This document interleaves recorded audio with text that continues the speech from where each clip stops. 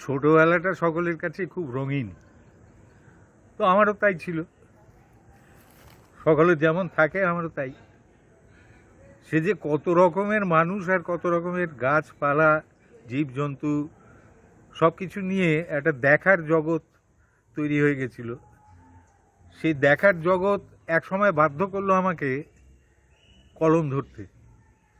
সে কলমে বেরিয়ে এলো সে আমার সেই গোপন ঝর্ণার জল, যেখানে কেউ যায় না শঙ্খচূড়ের ভয়ে।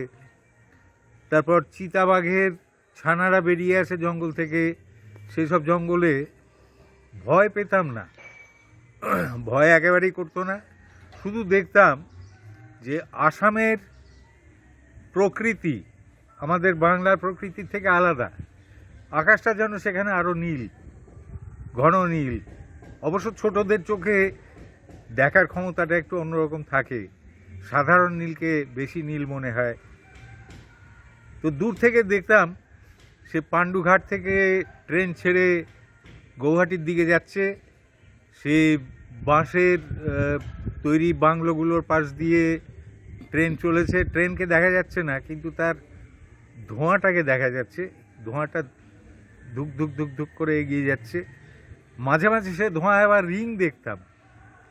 সে এক আশ্চর্য দৃশ্য।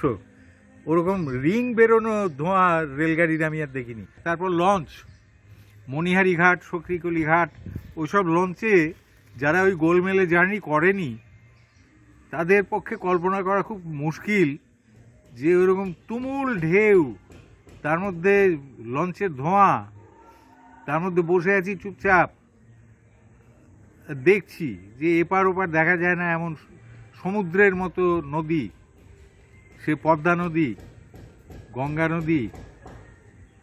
পরে ক্রমশ আধুনিক হলো পৃথিবী, পৃথিবী ক্রমশ আধুনিক হলো, আমরাও আধুনিক হলাম। আমাদের সেই ছোটোবেলাটা একটু একটু করে পাল্টাতে লাগলো, কিন্তু ছবিটা তো থেকে গেল। সেই ছবিটা বলার লোভ সামলানো দায়। এটা আমার নিজেকেই বলা, এটা আমার পাঠকের জন্য কতটা হয়েছে আমি জানি না। যে লেখা তৈরি হয়েছে সেটা আমার একান্তভাবে নিজের।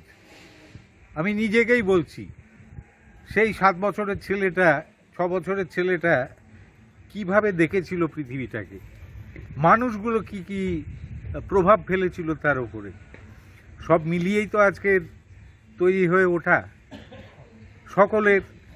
সকলের মতো আমারও। তো সেই জন্য আমাকে যখন বলল যে এটা আমরা বই করে বার করতে চাই, আমি সলজ্জভাবে সায় দিলাম। কারণ আমার নিজের বলা গল্প অন্যদের কেমন লাগবে আমি জানি না।